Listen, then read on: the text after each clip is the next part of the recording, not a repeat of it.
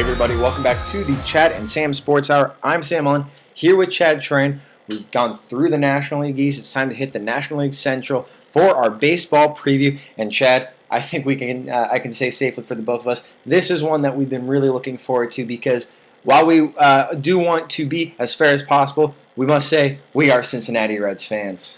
Born and raised, but despite that, I want to give everyone credit where credit's due. There's been great moves all over the league.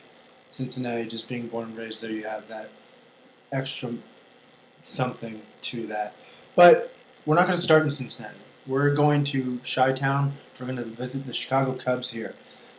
They're coming off a rough season, but it's nothing that they haven't been going through recently.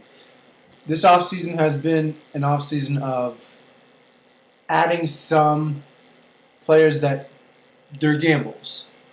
Plain and simple. They're gambles. They aren't anything to really invest too much in, but they can pay off. You hope that they pay off. Bringing in Emilio Bonifacio, good pickup, is very versatile. He's a utility player, so he can play numerous positions. You have Jason Hamill coming in from Baltimore. He went 7-8 in his first season in Baltimore. Back in 2012, 8-6 his first season in Baltimore in 2012. Then kind of declined a little and went 7-8. So someone who can get you a pretty average season, middle of the road, 500 record, and that can be good when you have pitchers like Edwin Jackson and the Cubs bullpen, who really hasn't helped them produce that much. He's coming in with well below 500 records, and if you can have that person that can produce close to 500 records, that's an improvement in and of itself. Hamill is a guy that definitely seems to struggle with his health, and that can definitely affect how many games he's able to win. But he showed that he's someone to potentially watch in Baltimore. I think the struggle with him, besides obviously his health, is this Cubs offense. Can this Cubs offense give him the run support that Baltimore did? He doesn't have Chris Davis around. He doesn't have Manny Machado, J.J. Hardy, Adam Jones. So what can the Cubs do to really give him that support that he needs? Really, what I see when I look at the Cubs is their strength really is in their pitching staff, especially when you look at the top, Jeff Samardzija. Considering the fact that he plays for a team that was finished with one of the worst records in baseball last year, he was very impressive to me. He was able to put up numbers that you would expect a team like any of the top three teams in this division, the Reds, Pirates, and Cardinals, any of their pitchers to have because they have the run support that this team did not. Jeff Samardzija, first, going back to Hamill for a second, then I'm going to hit on Samardzija. So, Hamill had a career worst in home runs allowed last year, giving up 22. Now he's going to a city known as the Windy City, so you got to wonder if that home run count will be inflated, and you just got to hope that when he's giving up those long balls, there's nobody on base, or else that could really hurt the Cubs. Now, you mentioned Samardzija. A huge thing that you have to think about and take into account is how long will Samardzija be there? He's in a situation similar to David Price. They've looked to move him. Samardzija lately has been the person that most people think is more likely to be moved between Price and Samardzija. Samardzija has done well in Chicago, but I think there's no doubt that he wouldn't mind seeing a change of scenery, where he can have a better chance of winning, and if he produces better, get more money. But that's definitely one thing you need to look out for is their ace of their staff potentially on the move during this season. And then who do you replace him if he does leave? We talked about Hamill. Edwin Jackson hasn't been anything to wow yourself with. They signed Jonathan Sanchez this offseason. Sanchez had some good years in San Francisco, but we haven't really heard about him much the last couple of years. And because of that, if you lose Jeff Samardzija, you're losing really the cornerstone of this team because They really expected that Darwin Barney and Starlin Castro would be the two pieces to really rely on, and lately they haven't been. They were not impressive to me last year. And then and Anthony Rizzo at first base. He's a good player, but he can't do it by himself. They just don't have enough around him to make it work. In the past, Carlos Marmol, you go to the bullpen. Marmol was expected to be the closer long term. Really been disappointing for them. He's gone. He's gone now. Now they're bringing in Jose Veras, who did fairly well for Houston before getting traded to the Tigers last year. But Veras, is he going to be able to hold up a bullpen by himself? That's a question that I think you have to say no to. They have a lot of good players. They don't have a good team, and that is something that will hurt them in the long run. I mean, speaking of Edwin Jackson here for a second, I bet when you look at the past couple of years, 2011 he split time between the White Sox and Cardinals, combining for a record of 12-9 with a 3.79 ERA. That's the Edwin Jackson that were hoping to see, I bet, when they signed him. Not the Edwin Jackson that they got in 2013 when he went 8-18 with a 4.98 ERA. Now, you got to take some of that with a grain of salt in terms of his ERA. Yes, he gave up almost 5 runs a game. And partially, you have to wonder, the wind effect. How much does the wind play into that in terms of you give up one bad pitch and you could be giving up four runs with a grand slam because of how much the ball carries. But you look at his walks to strikeouts, he had only 59 walks compared to 135 strikeouts. Those are pretty good numbers overall. But you just can't expect to be a productive pitcher when you have an ERA of close to 5. Yeah, and it's tough because the wind can be very difficult to work with. Like you say, it can push balls out of the stadium, but at the same time, the wind could be coming in the other direction. Could be really, really helpful for pitchers, but that goes both ways. And I think that's the thing that we have to remember. While the wind can be drastically affecting a game, both teams have to deal with it, and it just seems to be that the Cubs don't deal with it as well as most other teams. And in the end, that's why we see them have back-to-back seasons in the 60s or with wins. The thing that I personally really want to look out for is Theo Epstein. He's really been trying to kind of rework this team as best he can. When he got signed on to the Red Sox, that was his first GM job. That was in 2002. It took him just 2 seasons to win a World Series in Boston. Well, let's go to the Cubs here. It's been 2 years now. What was he able to do in Boston that he's not able to do now in Chicago? Because I can guarantee you the money's there. Chicago is a huge market. You can't use that as an excuse. I guarantee you that the stadium both have that history. That can't be a factor either. What is it about Boston in the early 2000s that's different from the Chicago of the 2010s? And that becomes problematic for Theo because he hasn't been successful with this team. I think the one thing you need to consider, and it's an intangible, you asked what the difference is between the Red Sox when Theo was there and the Cubs when he's there now. It's the history of the ball club. I think, yes, despite them not having Red Sox not having a World Series title when he first came there, they were still a winning franchise. They didn't have the title.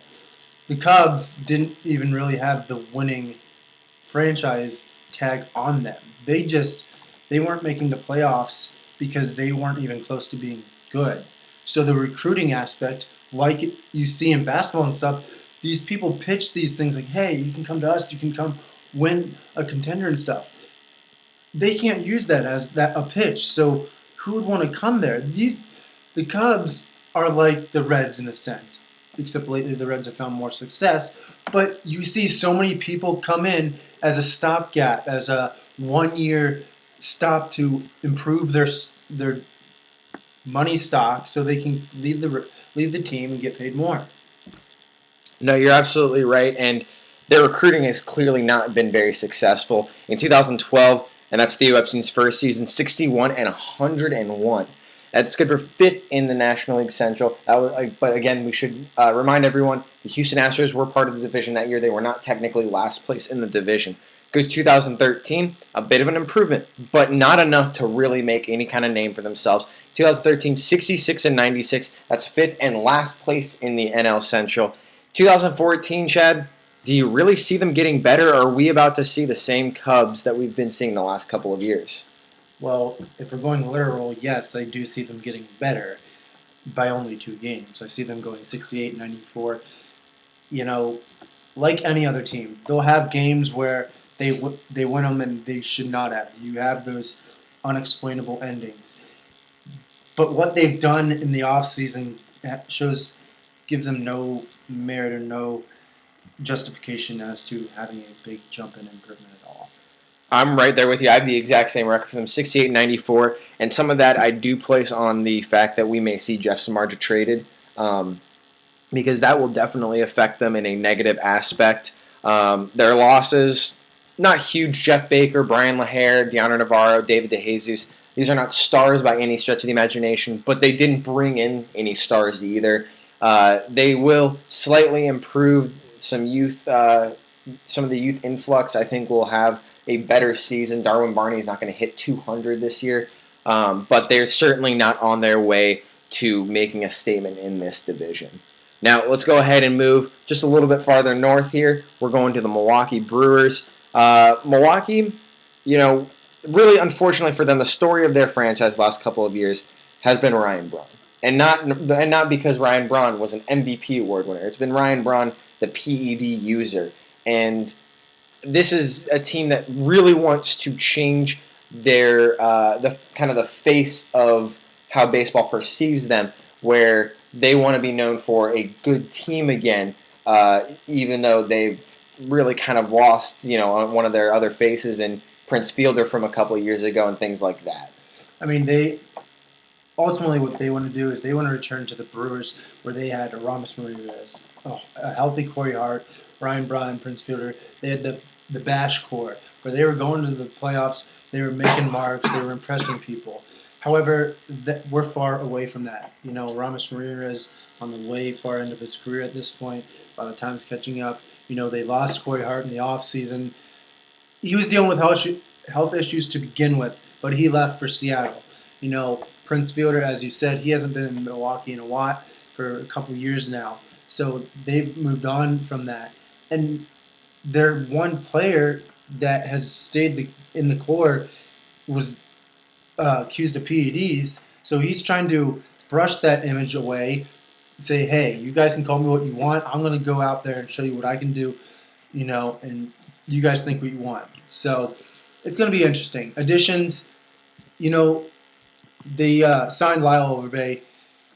Returning to Milwaukee, he played a couple years in Milwaukee previously. They have Mark Reynolds, who's a good power bat.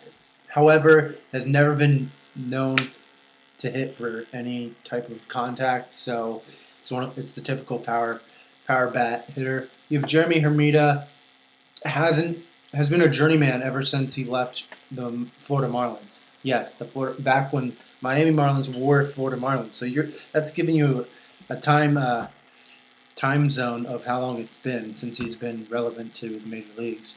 And then Matt Garza. Matt Garza, in my opinion, was the highlight of their offseason. I think it's a good signing by them. Garza split time last year with the Texas Rangers and the Chicago Cubs, combining for a 10-6 record with a 3.82 ERA. That's solid production for a very young pitching staff that needs that veteran presence to kind of help and solidify the starting five. Yeah, I think Matt Garza might be one of the best signings, not just of the Milwaukee Brewers offseason, but of the entire offseason, because pitching was a bit of a need for them. Outside of Giovanni Gallardo, who is their number one, they didn't have a whole lot to really look forward to on that pitching staff. But I think Matt Garza becomes one of those guys that you can get kind of excited about. I really think this signing will pay dividends for them. not maybe to a point where they're going to be one of the best teams in the league kind of thing, but this will clearly be one of the better moves of this offseason, in my opinion. And then I think going back a little bit, the only other guy that really is kind of left from Milwaukee's big days is also Ricky Weeks, who has been, very back and forth, unfortunately, for the Brewers, where he's had some good years, he's had some bad years, he's had some good days, some bad days. Just he has not had a whole lot of consistency, and that has definitely affected the way this team has been able to play. Frankly, I just really want to see what this team's going to be able to do with Ryan Braun, past all the PED problems. He's gone through the suspension. Let's just play some ball. And I think that becomes possibly the most important factor for this team this season. Because, you mentioned the Corey Hart loss. That's some power. While when he's healthy, that's a power bat that they no longer have. John Axford, their closer, 2 years ago, he lost the job last year because of inconsistencies when he was put into the game. And then Sean Markham. Their losses are not great, but their additions are not going to really wow you. But for those losses. Exactly, and they're not going to wow you by any means. I think it comes down to Braun. Number one, can he stay healthy? Can he stay relevant? Can he be the guy that he was when he was an MVP winner just a few years ago? If he can, this team could get back into a winning spirit. If not, they may be in the doghouse of this division. I think Braun this year will go out and prove those naysayers wrong. I think he'll take it to them and show them, hey, I'm clean. You can test me as much as you want. The results will come out, that whether I test positive or negative, and he'll put up those numbers. They'll come clean, and he'll say, you know what, this is what I've been telling you. Yeah, I made a mistake, but I can do the same production clean that I did when I did PEDs.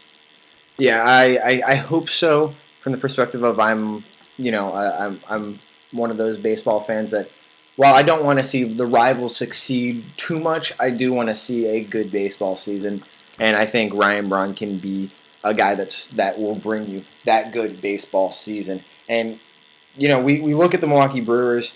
Last couple of years, been in a bit of a decline lately. In 2012, they went 83-79. That was third in the division, and then going into 2013, 74-88, a very big drop off from the year before.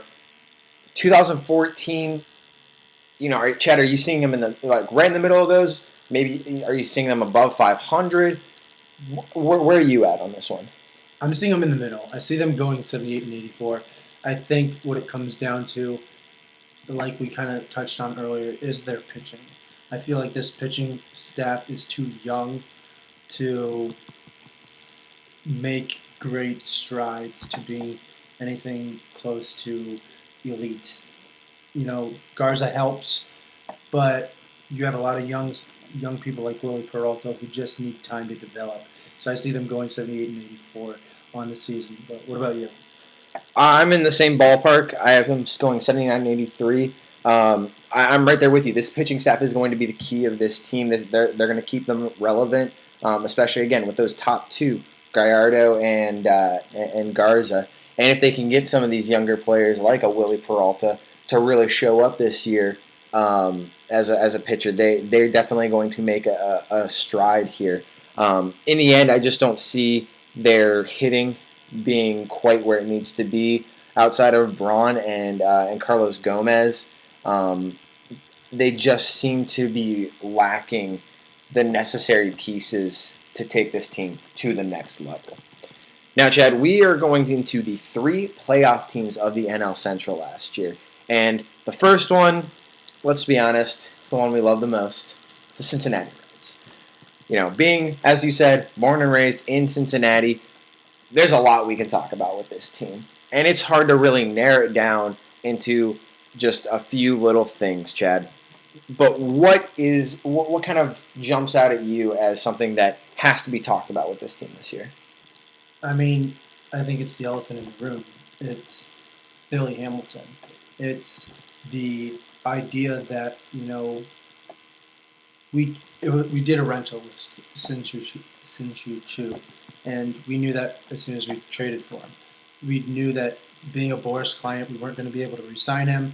As a result of that, he is under our subtractions. We lost him, and now it's Billy Hamilton's turn to prove to us and to everyone in Major League Baseball what he can do.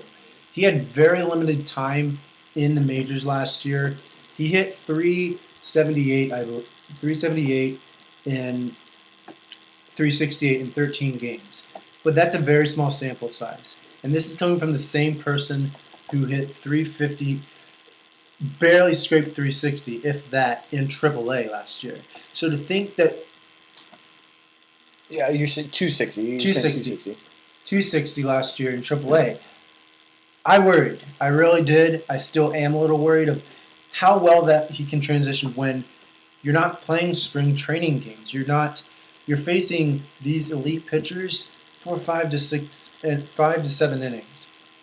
However, right now, as we're speaking, he's having a solid AAA, solid spring training. In 11 games, he's hitting 276 with a 400 on base percentage, three RBIs and 7 stolen bases with no one's catching him. No one.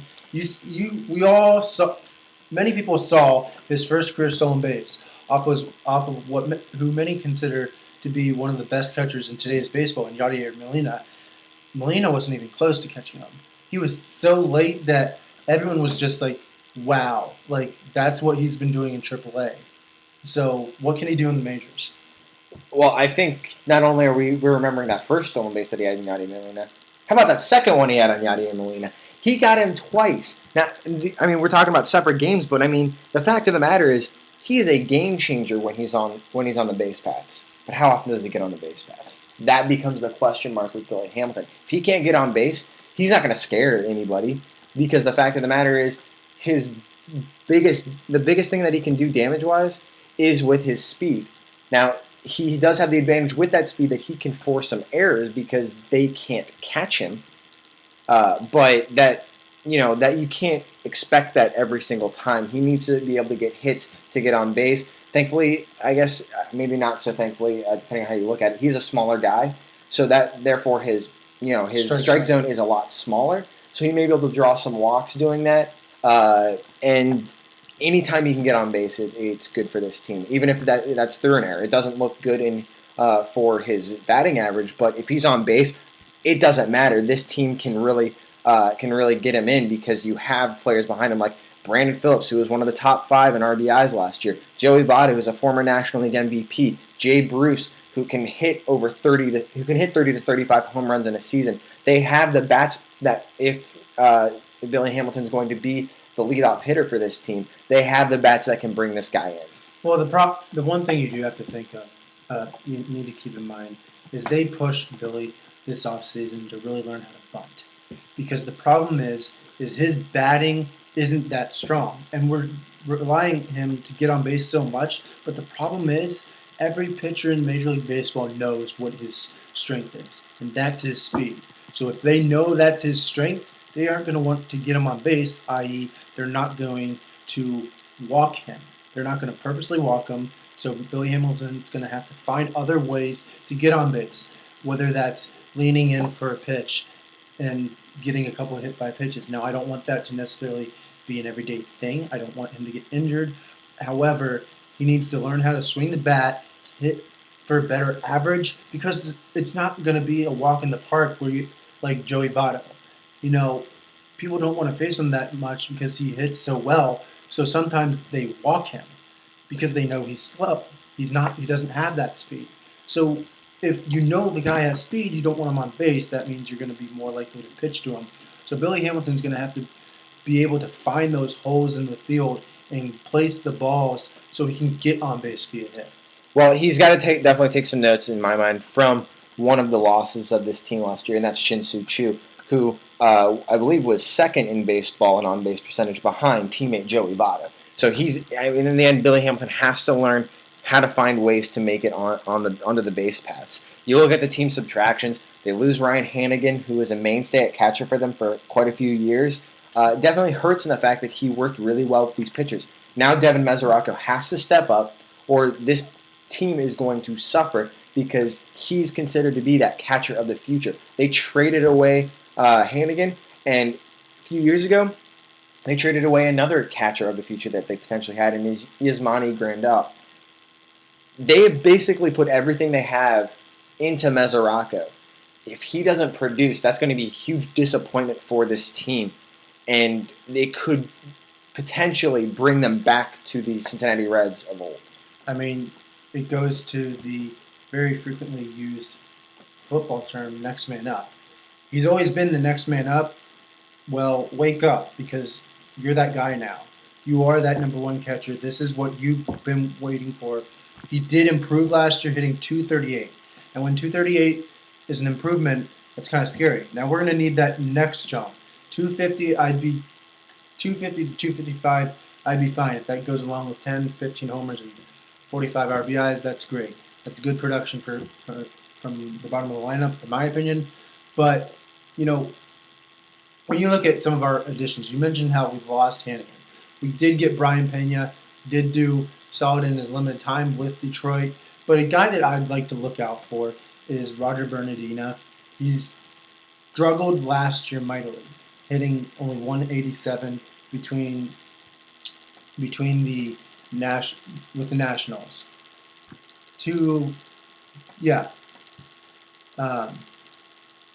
But so far, with the Nationals, hitting 181.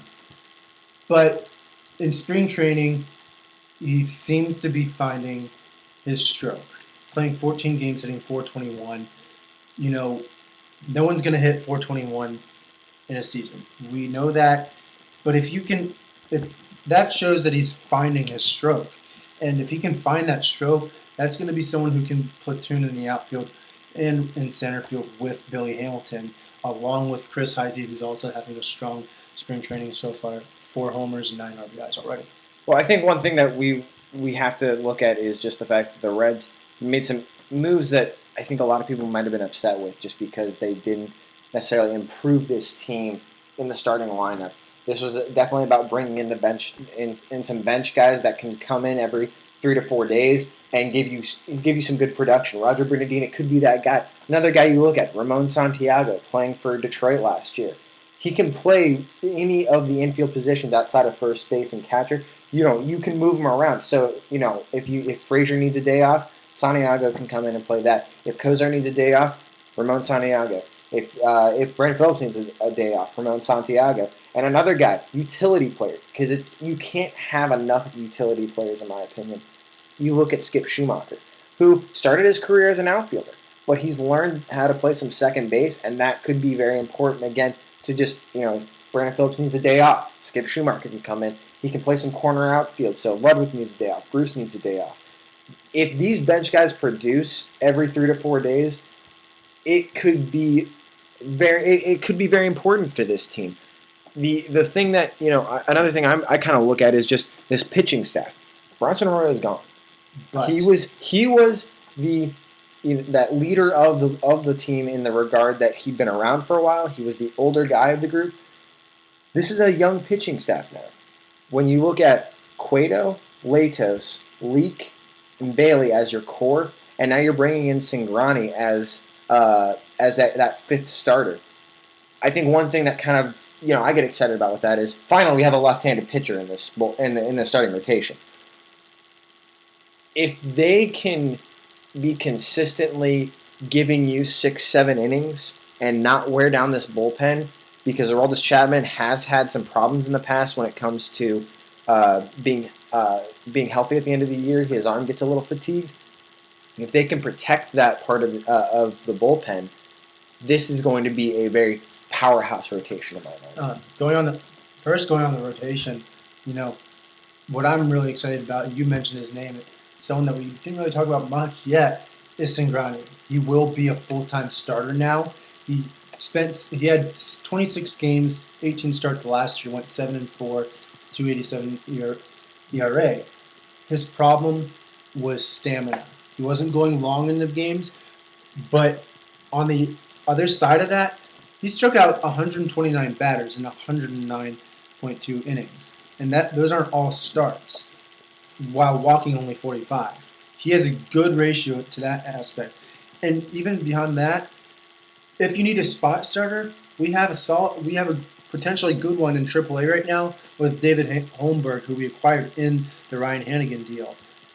And I mean, look, here's been kind of that spot starter for this team for quite a few years. I mean, this team just they maybe I'm biased in saying this, but I think this team is loaded, and there's no reason to think that they can't be around. Going late into the season, going into October, 2012. They went 97-65. That was first in the division, and I believe second in baseball that year behind the Washington Nationals. 2013, they go 90-72. They still have 90 wins. They'll finish third in the division. That's how strong this division can be at the top of it, because Pittsburgh and St. Louis can play, whether you like it or not.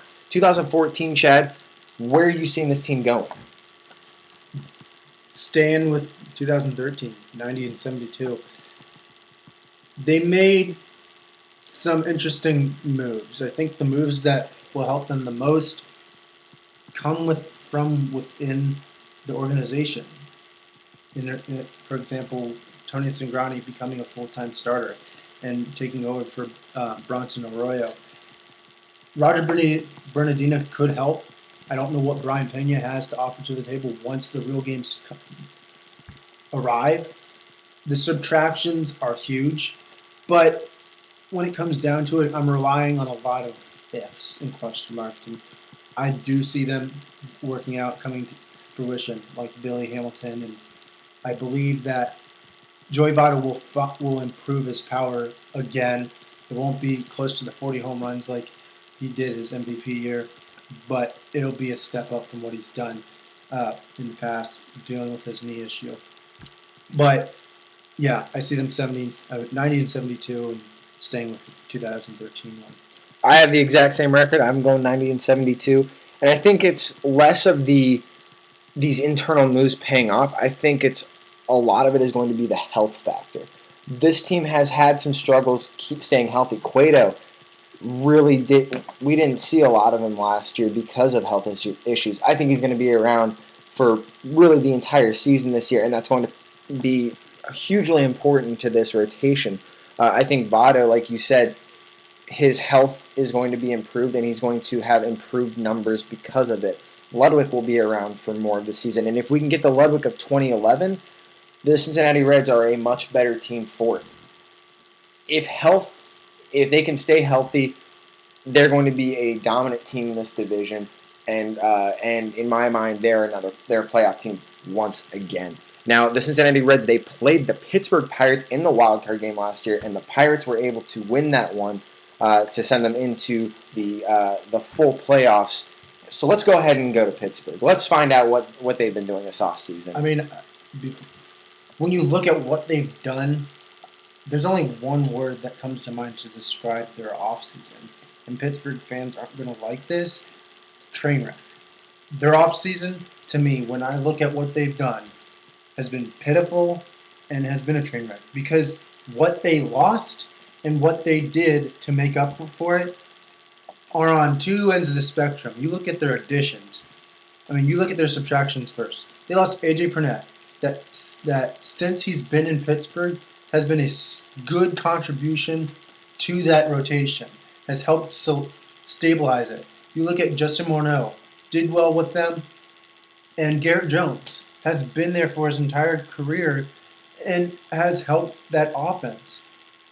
But what did they do to fix that? Well, of course, when you lose A.J. Burnett, the most likely candidate to replace him is Edinson Volquez. And when I saw them sign that deal, I'm like, I don't know how sure you are that you're going to get the almost Cy Young winning Edinson Volquez when he had 19 wins with the Reds, or which Volquez you're betting on getting. Chris Stewart, okay, he's done okay for his career. And then Robert Andino, he's an infielder, utility guy, but there's no makeup ground. I feel like they've just depleted themselves and haven't even improved themselves at all. I think it's not quite as bad as you're making it out to be because you still have an MVP award winner in Andrew McCutchen, who is an absolute stud in my mind. There is nothing he cannot do out on the field. Starling Marte, I think he's going to continue to improve. He's got speed, and that's important to what he can do. If he can hit a little bit better for average and not maybe have the power numbers that he does, I think that'll help him. If Alvarez can start hitting for a higher contact and not, hit 225 but still belt 30 home runs, that always helps. Neil Walker being healthy is another important piece. You look at Russell Martin, who really didn't have that great of a year last year outside of maybe his defensive numbers, but his offensively he was not great. They still have a lot of good pieces. And then I look at the pitching staff. You can look at how young they really are. But Garrett Cole, who may be their number one pitcher, could be Francisco Liriano, who had a great year last year coming off quite a few injuries. But Garrett Cole, number one or number two, very young, very, very talented. Wandy Rodriguez, they picked him up last year at the deadline.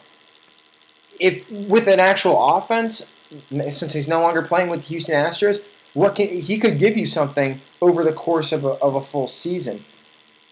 They have some good pieces here, and I think the top of their rotation is good enough where they can put up some good numbers because they still have a good offense, not a great offense, a good offense, and in the end it all comes down to Andrew McCutchen, who.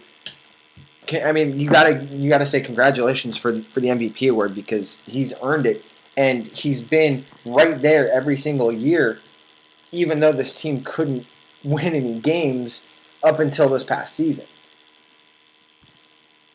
Andrew McCutchen is a great player. I agree with you. He's a stud, but how much can he do in terms of production to help raise the whole offense?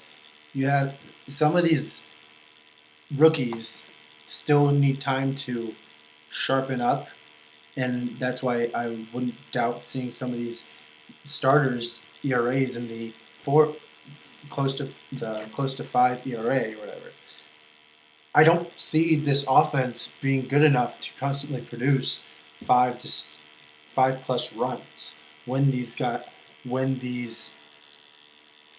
rookies are pitching, and that translates into losses, in my opinion. And and we still haven't even talked about you still have to account to what injuries may happen in the season.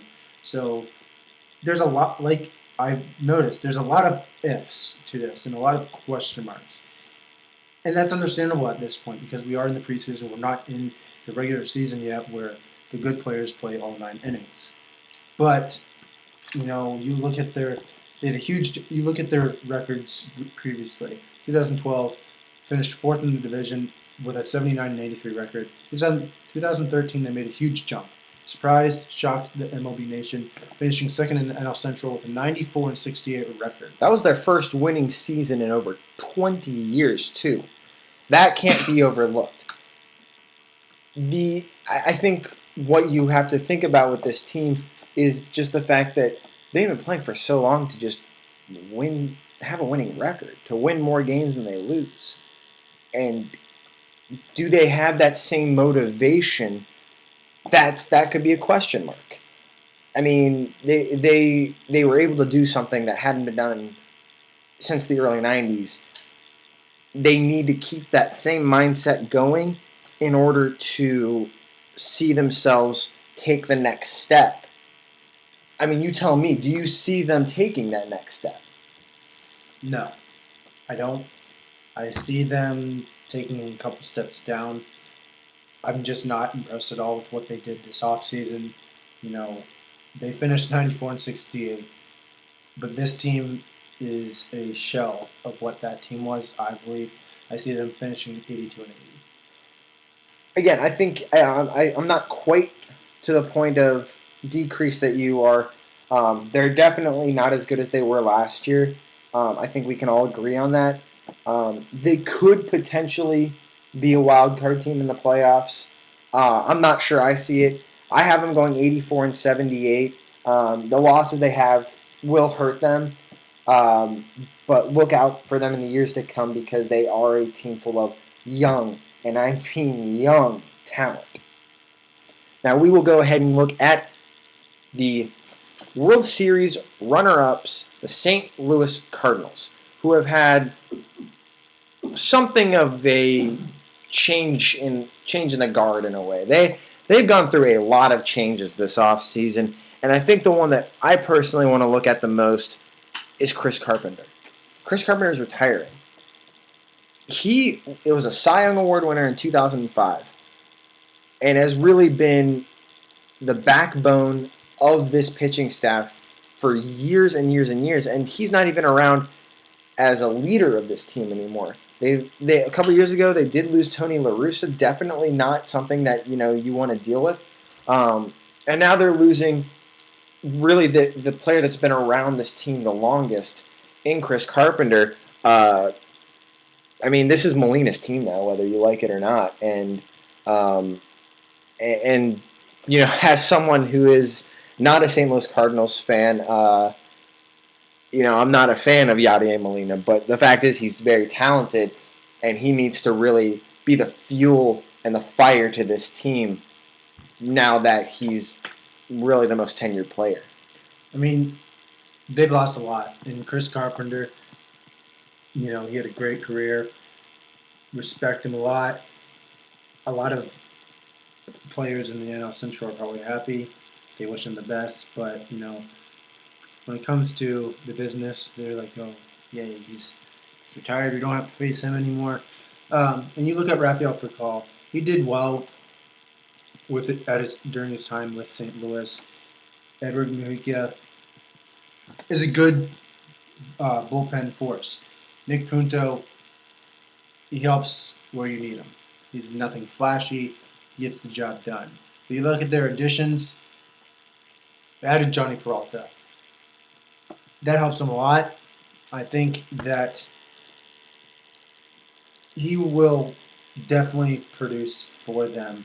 And they added Mark Ellis, infielder. When you have someone who can play infield in general, you can put him anywhere. And that definitely helps for durability issues. And they've had guys like that in the past couple of years that they've been able to move around, like a guy like Daniel Descalso, who they can play at multiple infield positions.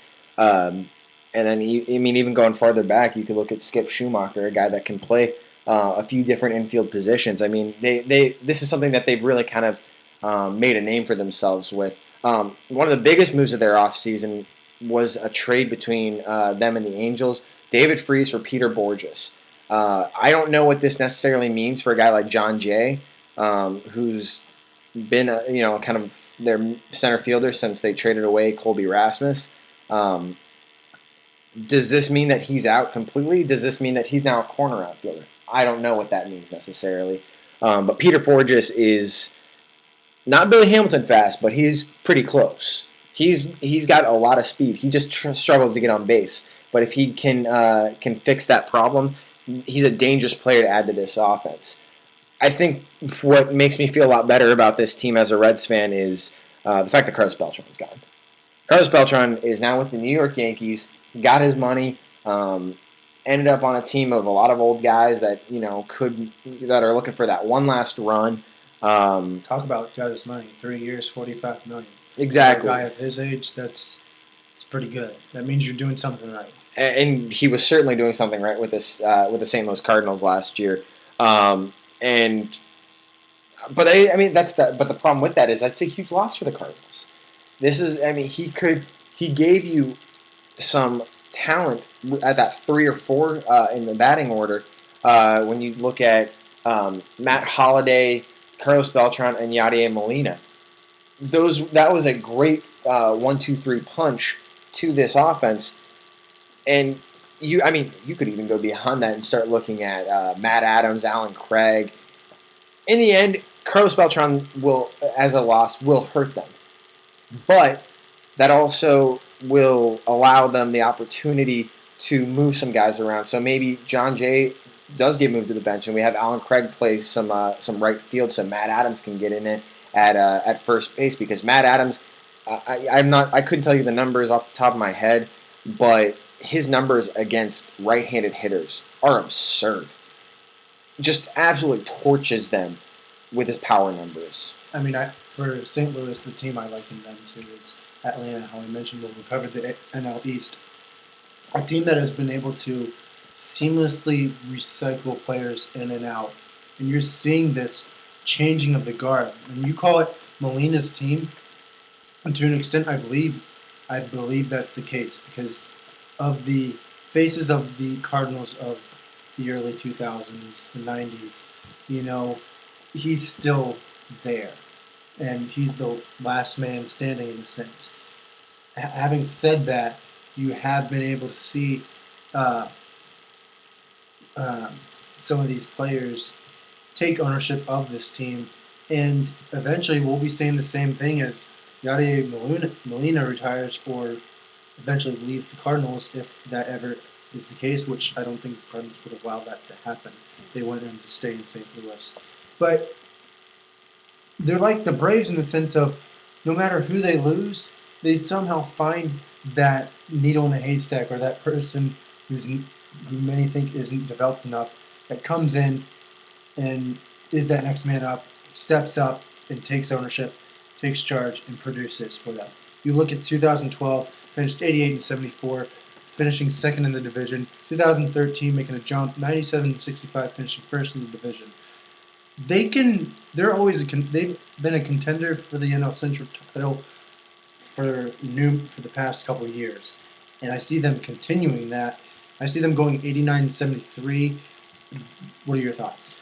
I have them going 92-70. I think one thing that we really haven't touched on that possibly needs to be touched on is this is a team that also has a fairly strong minor league system, and they have some prospects that are ready to come up and make it big on this team.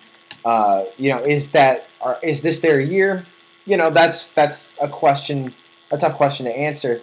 But a guy like Colton Wong, who may be their everyday starter at second base this year, could be very dangerous with this team. They have a lot of guys that are right on the cusp of making the major league team.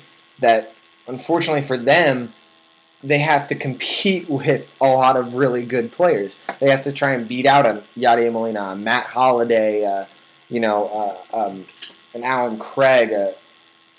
That's going to be difficult to do.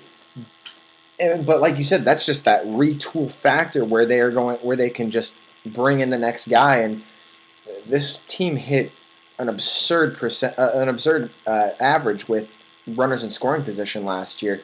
Well, I think they're not going to be quite to that degree this year, because that is a little bit ridiculous. I see them still being dominant in terms of their hitting, and I think that they're going to be in this division race all season long. Chad, we've gone through our teams here. Can you go ahead and review where you have each team finishing, what their record is? Comes to last place. I see the Cubs finishing last place. Didn't do enough to really make that next jump. See them finishing 68-94. Brewers finishing 10 games better, finishing 78-84. Third place, Pirates just scraping over that 500 mark at 82-80.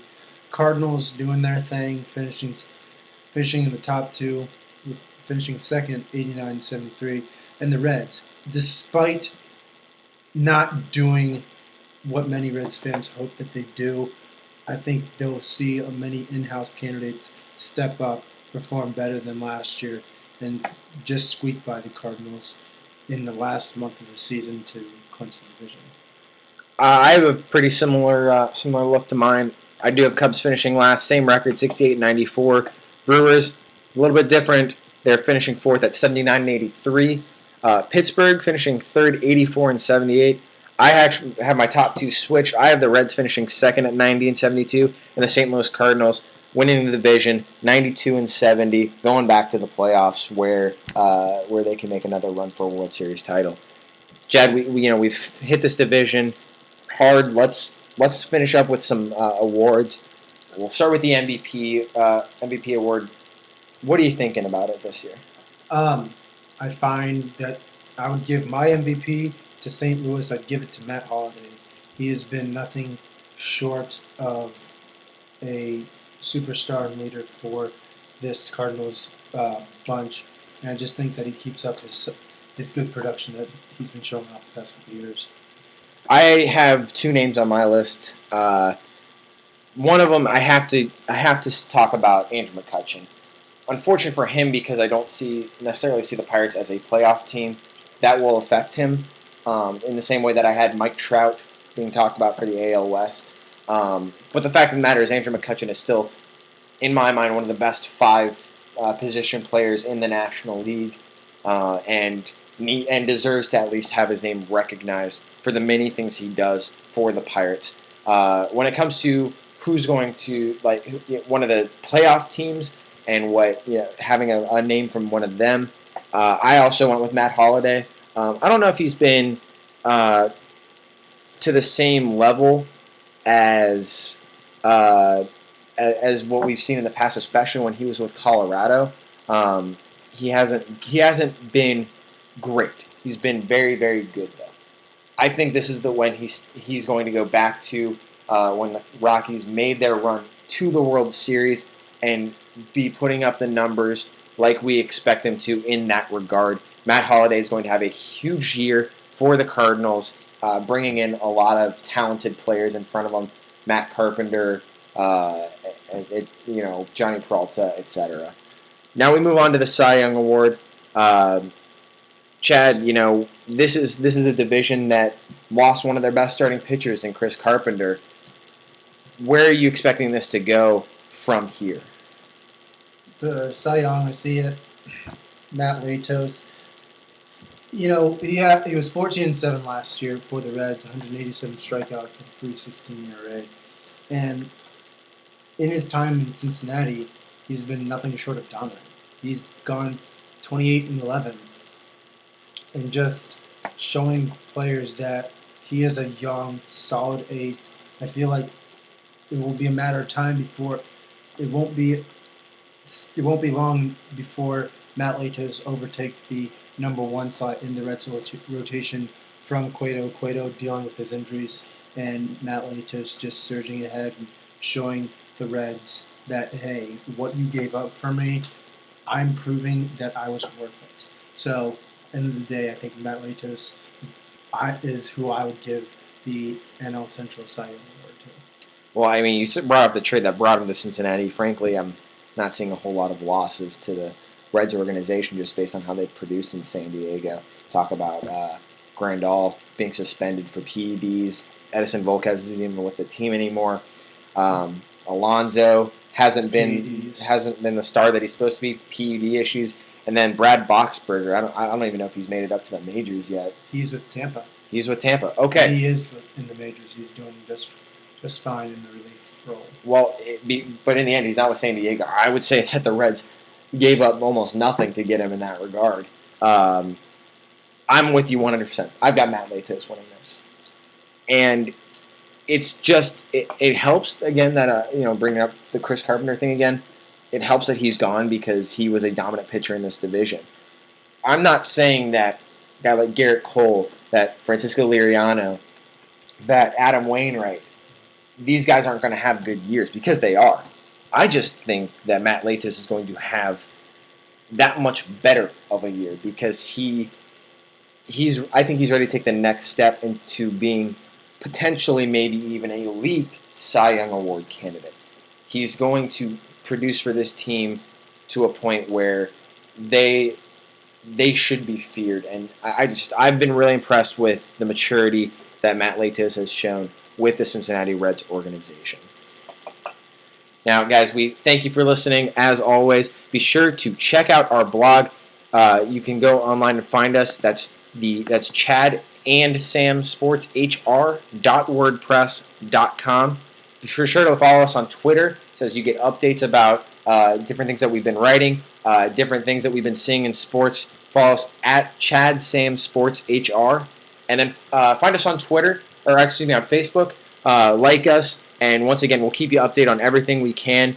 And that's Chad and Sam Sports Hour spelled out in this case. Once again, thank you for listening. Be sure to be looking out for our last baseball preview, where we will be taking on the NL West. Guys, I hope you have a good day. We'll hear from you soon.